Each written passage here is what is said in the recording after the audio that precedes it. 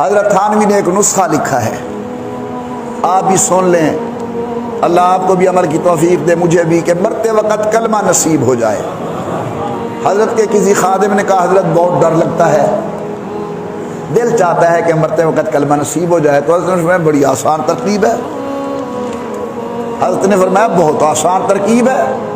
حضرت ارشاد فرمایا 2 رکعت نماز صلاۃ الحاجت پڑھو اور اس کے بعد دعا مانگو، یا اللہ یہ میرا کلمہ تیرے پاس امانت ہے،